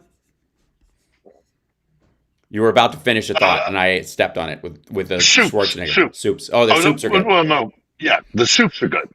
Salads, not so much, but their soups are very, very good. And if you want to it's a matter of degree of boiling the vegetables. So basically, what you're saying is they don't boil the vegetables enough. So once they crest over into, they're decaying into soup. Once they fall apart and turn into... your tongue might be firmly in cheek, but actually, in all seriousness... Yeah, it's the salad. You don't have fresh vegetables in this climate right? that often. So... Of course you go for soups. Yeah, I think Trump called Ukraine the breadbasket of the universe this week. Just the stupidity. Yeah, but we'll get to that later or whatever. I mean, obviously, it's more like I think you would look for things to go along with it. There are Ukrainian breads and rolls and that kind of stuff because of the amount of wheat that comes out of there. You can look. I think that's how you would do it. Yeah, just instead of the salad, you would put the bread along with it and get some Ukrainian bread. There's some of that. Yeah. Mm-hmm. So next up, Johnny. Obviously, there's only salad, but yeah. Okay, next up from 56 Nick Rich. Does Phil think Russia is on the verge of a revolution? The only part of that question that I'm going to couch things very carefully is on the verge. Yeah. I think they are headed towards collapse. Absolutely, 100%. This has been a disastrous war for them. Right. Their economy is screwed. They have lost far more than anything that they have gained. And in the meantime, they've lost hundreds of thousands of men. Putin will go down in history as one of the worst Russian leaders of all time. So, I hope so. Yes, they are headed towards revolution or, some sort of massive upheaval, but I don't know if they're on the verge of it. Right. That is a bit of a moving target. It'll happen when it happens, and it will be sudden. And sadly, I think it will probably be violent, but doesn't have to be. It could be a palace coup. Right. But they are definitely headed towards a post-Putin era because he has screwed everything up. He's absolutely screwed up. It brings up a fascinating topic, and I don't want to bogart into the next question too much, but let's just say, you get a dog that caught the car moment with Russia in the city, like you have with Trump, which is he won and he's back in or whatever, and once the victory party is over, you actually have to do something. So the question I have is that, let's say Trump manages, let's just game this out, manages to create a deal between the two of them that secures this part of the border, that Ukraine finds it okay to lose the Donbass or something. They split Crimea, they get weekends and holidays, and and Russia has it during the school year, and they do this custody thing or whatever, whatever the absurd version of that is. But ultimately, it's not for half or all of Ukraine, which was the point of the attack in the first place. So, yes, Ukraine and Zelensky have to deal with that loss, but they were the one attacked. So it's by an overwhelming force. So you can understand that their fallback might not be the best in the world, even as, and the fact that they fought as hard as they did is why they have a country still. So they can say they won. Russia, on the other hand, if they just stop, if this ends, if Trump says, okay, quit it, and somehow it does, what happens 6 weeks after that when Russia tries to go back to pretending that it's a country again, that Vladimir Putin, that they take that win, they lose Kursk, or because the Ukrainians took it, that chunk, or in the trade they get it back, but they lose a chunk. You lose the Crimea for part of that or something like that. How do you hump along after that? How does Putin as we've discussed. As we've discussed in the past, Putin's in a catch-22 situation because he has put his economy onto a war footing. He's got hundreds of thousands of soldiers mobilized. What do you do if you transition back to a peacetime economy? The only reason why their economy is functioning at all as it is because they are going on the sugar high and the self-induced economic momentum of having 23% of your economy aimed at providing goods to support the war. What happens when you try to transition back to a normal economy and you're sending back hundreds of thousands of men who have just fought a disastrous war? They're going to return to a country they don't even recognize and where there are no jobs unless they stay mobilized, in which case, can you get off a war economy? Hence his catch-22. So I don't know how Trump is going to try and convince either Zelensky or Putin to get off of this. Right, and the timing of it is financially horrible because we are already, as I have shown through multiple sources, headed for an oil glut next year because of China using less because of the difficulty in their economy and the ramped up production in the United States over the last 4 years. We're producing more than we ever have, and Trump wants to produce even more than that. But even without him adding oil to the mix, we're going to have a 1.5 million barrel a day surplus starting mid to late next year. If Russia wants to go off of war funding, back to what? Oil and gas? Well, there's already going to be a glut. And the sanctions aren't going to come off immediately.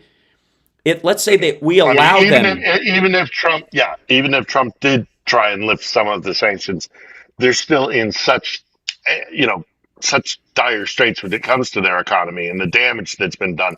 Right. And on Zelensky's side of things, there are a lot of Ukrainians who are exhausted of the war, and they would agree to some sort of, trade land for peace. But you got two major problems with that. And one is the city of Mariupol, which, there are internally displaced people all throughout this country who are still hoping to return to Mariupol someday to their homes. Mm-hmm. Whether that's realistic or not. Lastly, there are many Ukrainians who do recognize that if you don't resolve this in a better way, and that is to push them out, then they'll come back in 5 or 10 years. Yeah. And again, I just don't see. It's always been cartoonish that Trump says he can end it in 24 hours. We know this, and he hasn't been able to. And now he's walking that back in every statement. Well, it's complicated. And I said, why didn't you say it was complicated last summer, dummy? Because you were selling something that you don't own. He was selling property he didn't have the deed for. And he knew it to some degree. Maybe he didn't. I don't know. Maybe he's so self-involved or he thinks Putin actually likes him, so he just bought this idea wholesale. It's hard to tell because he's so dough-headed these days what he actually believes. But for real, there is even if it ends, even if he managed look at this, day 5, there's a ceasefire and everybody's gone back to neutral corners for the period of time. Everybody's going to be on on pins and needles about it, whether it would last or not, and when the Russians would break it first, and then blame Ukrainians because somebody goes back to their house and that would be an attack, right? So that whatever that is, that could trigger it. But then on top of it, what a troop buildup in Belarus, something like that, that Russia's obviously going to take a second poke at it, and it looks like Trump's helping them to do it, and Europe and Ukraine knows it. Then what? They're going to go, well, obviously, deal's off. Get the hell out of here. That's and that's the best case scenario. That's if it does end like he says he could end it, which they have enough arms from us alone to fight well into next year. Russia does not. They are running out of barrels. They're running out of bullets. They're borrowing them from North Korea. They're borrowing soldiers from North Korea and returning them broken, if at all, if the guys don't just get a porn addiction and go, this whole West thing. Would anybody be willing to fake my death? That they've had so many defections by North Korean soldiers just go, because what a great out. Just pretend I'm dead. And the Russians aren't going to report that you defected because they're not going to say it was their fault. They just go, yeah, you just got blown up. Sorry. I don't know. What a perfect way to escape. If I was a North Korean soldier, I'd be like, sign me up, right? I'd pack one giant pair of white boxers and a stick in my bag. Just like day one, you just run towards, somebody going, just waving the thing. And get the hell out, and and just here's my jacket. Just put it on a dead guy. I don't care. And I'm joking, but that's happening all over the place. That really is occurring there. And and the fact that they had to use North Korean soldiers for the Kursk offensive, which is Russian territory that the Ukrainians took. I don't think people grasp the enormity and absurdity That at this point in the war, Russia just lost 1,900 men. Only half of them were theirs, attacking soldiers on their own territory that had secured a huge chunk of this oblast. That's like, what, a 2-hour drive to Moscow? What is it? Maybe 3. I don't know. Maybe it's LA to Vegas, 4 hours tops. I don't even know that, like the edge of Kursk, depending on where it is. Like, it's pretty well suited. Yeah, the top of Kursk. Yeah, you're probably a handful of hours. Yeah. Yeah, if you're using GTA driving rules, you could be there in 2 hours. And you've got Russian vehicles that were left there when they bugged out. You have Russian military vehicles with all the markings that you now control. And they don't even control the entire area. Like, it is, and again, like I said, think about that for a second, and then think Donald Trump comes in, and in 24 hours, Russia goes, okay, time out, and Ukraine goes, why? Why would we give you this break?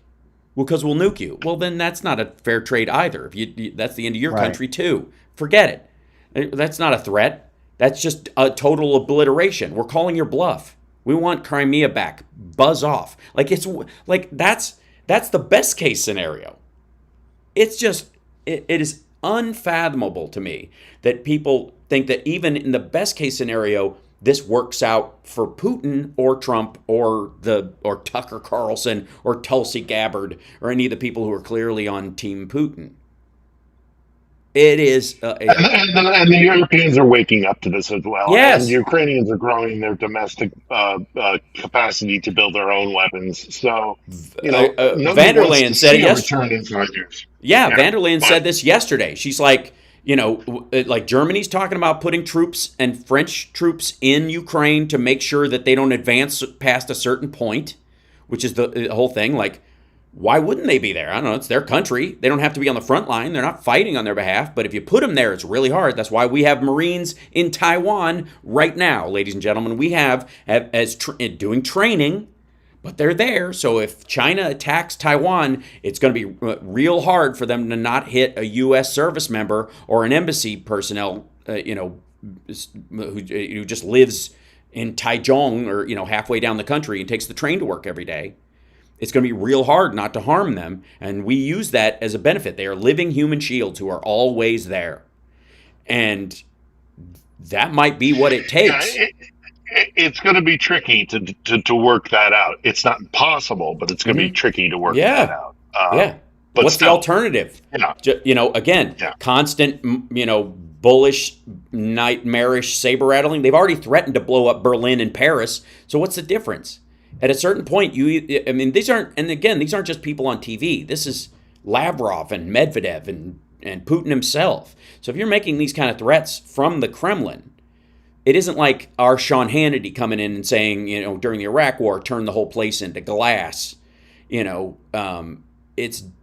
has to be taken more seriously, and the response can be more serious.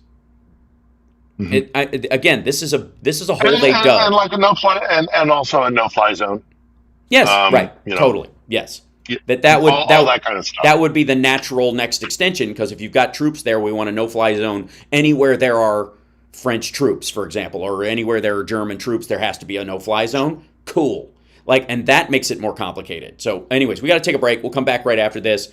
It's an important part of this conversation because I don't think anybody games this out, and I'm really angry with myself that I didn't realize the whole 91 borders thing only applies to missiles until now, because it's such an obvious absurdity that I think that's got to be a talking point going forward. Why did 91 borders only apply to Ukraine's use of missiles? It's the only thing. It's insane. We'll be back right after this.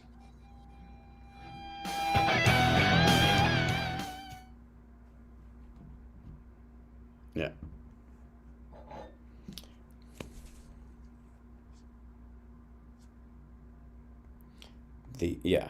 Here's one I want to make sure that we get to, because we've got a lot of questions. If Russia can get outside troops to help, why can't Ukraine get outside troops to help?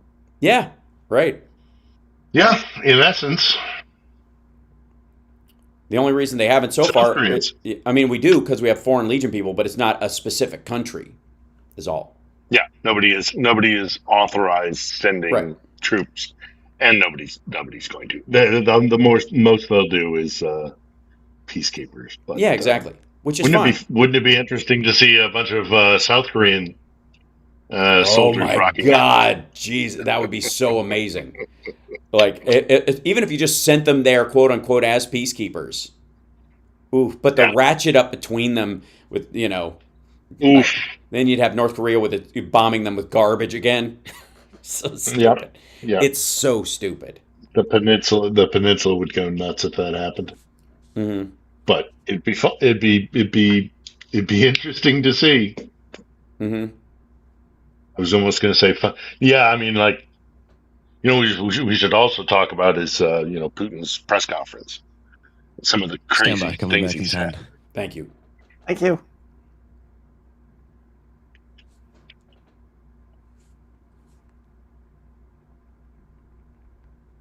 I am happy, you are happy, let us be happy together, whether the weather is cloudy or sunny. I will always be your funny honey bunny. I am lucky, you are lucky, let us get lucky together, whether the weather is cloudy or breezy. I'll be there to say, hey, come on, let's take it easy. 'Cause isn't it nice to have the friends that you do? And isn't it nice that the sky is so blue? And isn't it nice to say I love you, chugga chugga choo choo, woo woo. I am smiling, you are smiling, let us smile together, whether the weather is cloudy or stormy. I will still be there in the morning. I'll be right by your side in the morning. I'll make you breakfast in the morning. I hope that you like cereal. Yay! Hooray! So, I mean, where do we even begin with, trying to at least have a bit of a Christmas message? I will say that I'm glad that Philip Ittner is able to join us on the regular, and that he has Christmas lights around his Olga poster, and hopefully he will find the spirit to put his tree up. But if he doesn't still, I want you to know, Philip Ittner, that yep, he's got his gnome, the official Philip Ittner gnome.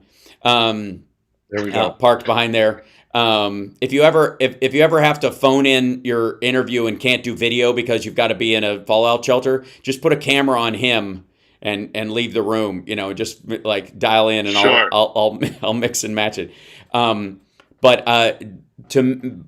I would just like to say for the record, both to Can't Stop Lying and Andrea, who's our mod in the chat, has been working with us and helping with guests and all that kind of stuff and coordinating this year, and CSL, who pulls my clips and helps with editing and the like, and Johnny Million and you in particular, both of you.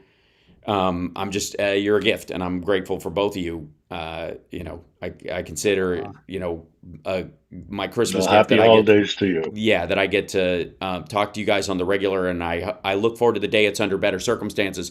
In the meantime, we're going to still give these guys hell. That said, how about there's a bunch of questions, Johnny, I know, so I don't want to eat into it too much. Yeah, and here's one from Alan B. Phil, will NATO allow Russian soldiers to pass through Turkey to get back home from Syria? I don't think the Turks would allow that, much less NATO. Mm-hmm. I think the only way they get back is either on airplanes or, they get out. I'm sure there are already troops on those ships that are, last I heard, still loitering off the coast. Mm-hmm. But no, they're not going to take a land route. I can't think of a land route that would take unless they went through Turkey, or they'd have to go east to through Georgia, which right now, mm-hmm. is not exactly. Or maybe that's where they will be sent to try and quash what's happening in Tbilisi. Right. But to get to the general, maybe not specifics of the question, but the general idea of how are they going to get back? They're not going through Turkey. No. Stuck.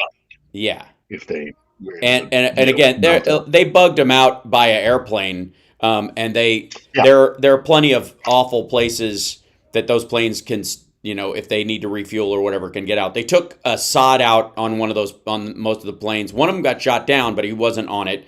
It was reported for a short time, but that's where they got most of these guys out. The rest of them, the Wagner guys, aren't coming home. They're going to Africa. If they're getting them out of there, if they're not just staying there to be spoilers under the radar, which a lot of them are, they're there to just cause trouble. They're just like saboteur troops, essentially. If they're not going there, they're not going back to Russia. They're going to if they get put in anywhere, they'd be put in Ukraine, but they're not going to waste them there. They're going to send them down to make a mess in the Middle East or in Africa. And what they do is they keep the West busy trying to clean up violent messes by starting them. That's what they did in Sudan. Yeah. That's what they did in Gaza, arguably, because you can argue that they're the ones that tipped Iran to do this. Russia, the arms that Hezbollah was using as its secondary attack against Israel came through the Russian bases, one of which Trump gave to Russia when we left.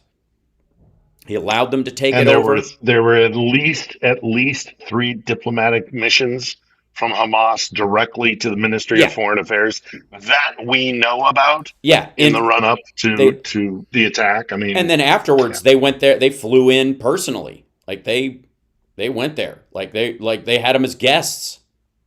He brought in like Hamas to meet with him. So I'm not worried about how these guys get home. I don't care, but I guarantee the use of them will really be more about the damage they can do elsewhere.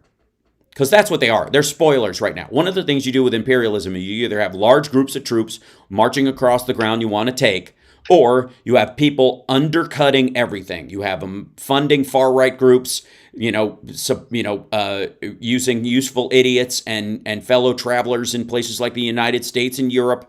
You have, and even if you don't believe in the cause, you set sides against each other. Again, you had situations where the Russians were literally arranging for on Facebook and paying for the ads for BLM and anti-BLM protests happening in the same spot on purpose, hoping fights would break out, hoping that they would bring people, together that would otherwise work out their differences online, and at a fever pitch with a BS narrative that was more violent than they would have left the house with, intentionally, so that there would be video online of Americans attacking each other over race and fueling the fire on both sides of the conversation. This is what they do. It's all they do. It's their only export beyond oil.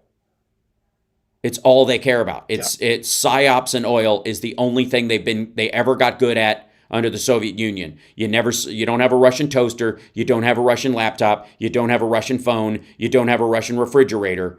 But what you do have are Russian bots on Twitter who are really good at pretending to be Joe from Oklahoma. Yeah. And AK-47s. And AK-47s. Look around the world.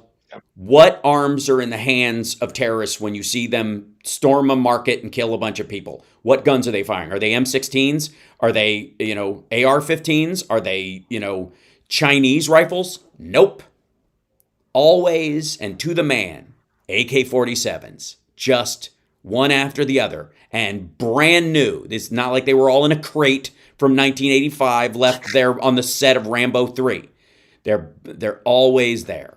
And Phil, you mention this all the time, that this is an active measure. We are actively under attack by Russia in this regard, and we have been for a long time. Yeah. We need to wake up to it.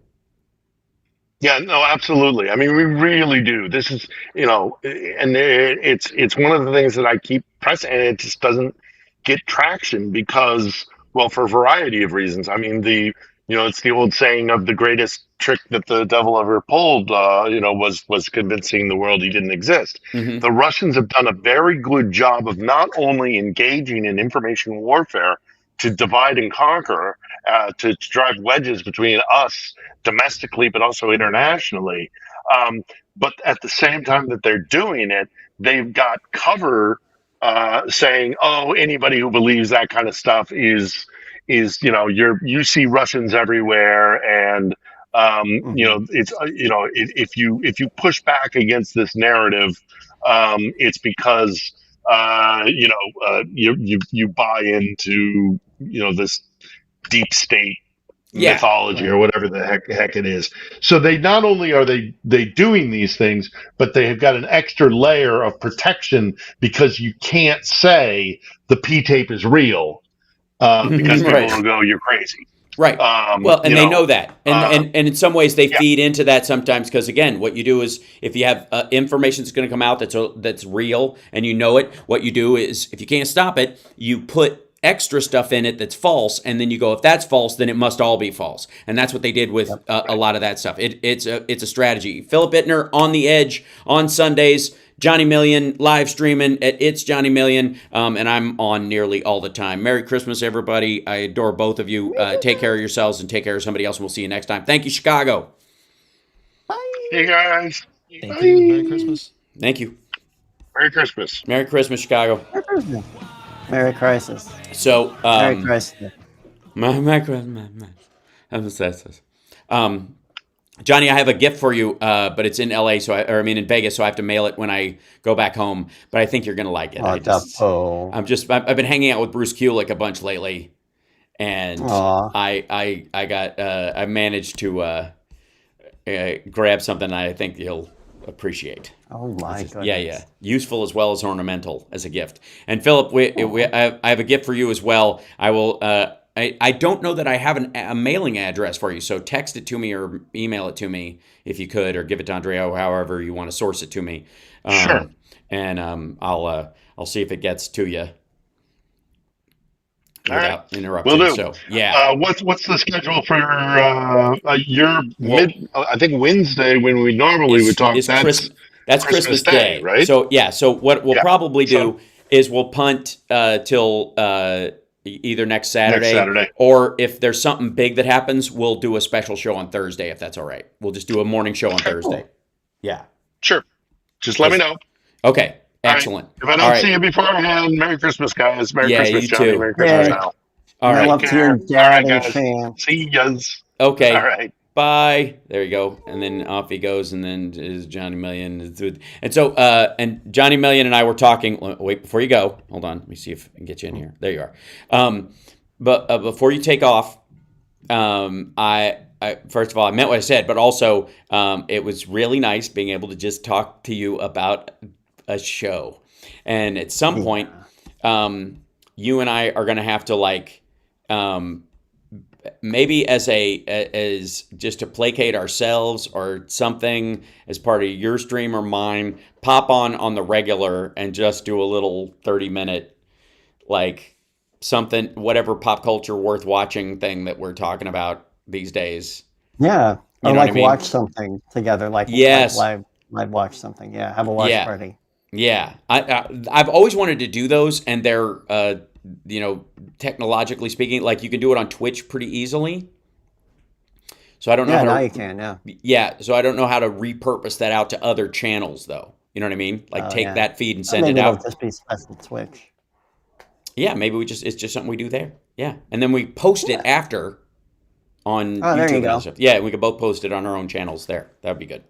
Yeah. All right, see, we worked it all out. Look at that. I don't even need to call you now. It's all done. That's all. It's all crap. So, anyways, I love you, and so does the chat, and I just want to remind you of that. Love you too. And I will see you in a couple days. And Merry Christmas to Miss Million. And pet the cat for me, and I will talk to you later. Sounds good. There he goes. Love you. Love you. Ladies and gentlemen, off he goes. Johnny Million. And then it's just chat room. Just the two of us. We can make it if we try. Just two of us. You and I. Merry Christmas to all you guys. And thank you guys for the super chats today.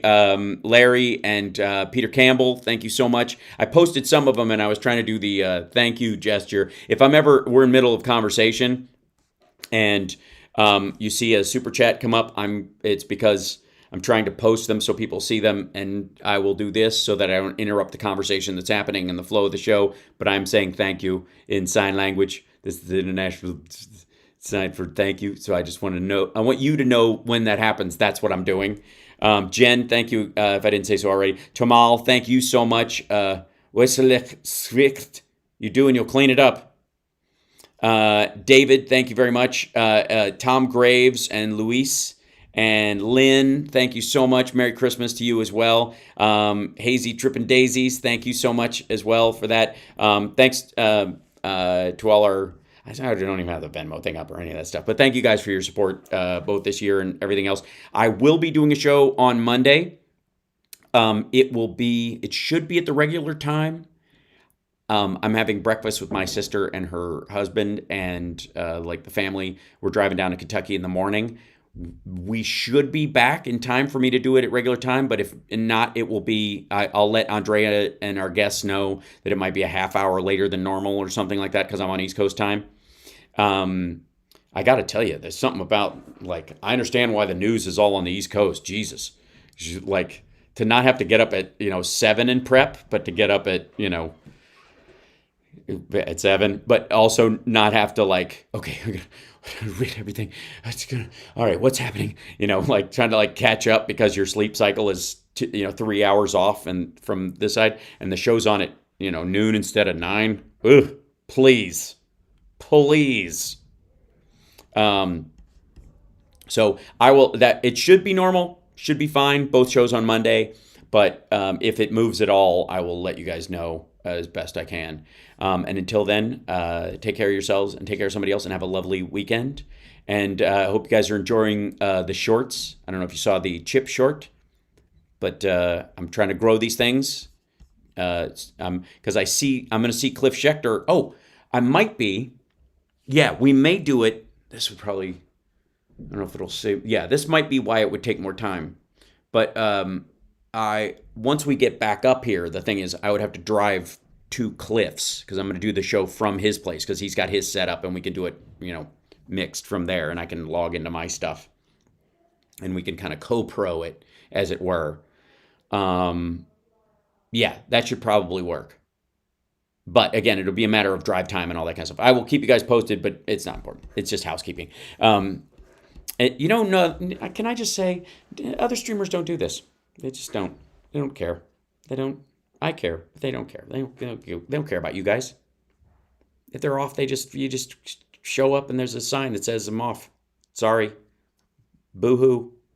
They don't care. And then they put the rest of their show behind a paywall so they can squeeze more out of their Patreon people. Like dicks. And I won't do it. So thank you guys so much. I adore you. Share the show and the clips and all that stuff. Comment if you would on the clips. That also helps if you've already watched the show. It really does help if you go, you see the clips up there and you're like, yeah, if maybe something you said in the chat that kind of went by during one of those segments and you're like, you remember like if I, we're talking about Bongholio or we're talking about Cash Patel or whatever, and that came up and it went by in the chat and you're like, I said it in the chat and it was a point I wanted to make and you felt like you were able to make it, but you want it in a sort of more permanent way, go throw it in the comment section on the video when it comes out. It just, as I said, blah, blah, blah, because that would be a great way to kind of get that in as part of the conversation, yes? Just a thought, because you guys have valuable input. And sometimes as you can see, the chat room goes by blazingly fast for a lot of people. This is the slowed down version. I turned down the speed on it because it was making people dizzy. All right. Much love, and I will see you guys on Monday.